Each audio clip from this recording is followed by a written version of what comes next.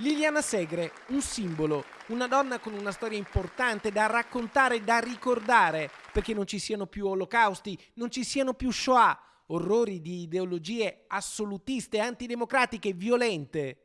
Oggi Liliana Segre ha ricevuto ripetuti riconoscimenti, l'ultimo è la cittadinanza onoraria di Vicenza e molte altre sono le onorificenze che giustamente ha raccolto in questi anni, ma non obbligatoriamente, non dappertutto. Arzignano, per esempio, ha scelto di non riconoscere la cittadinanza a Liliana Segre.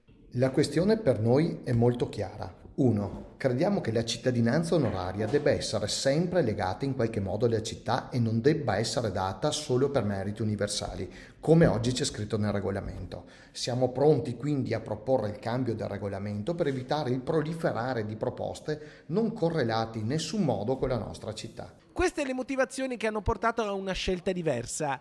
La cittadinanza onoraria va data a personaggi legati alla cittadina vicentina.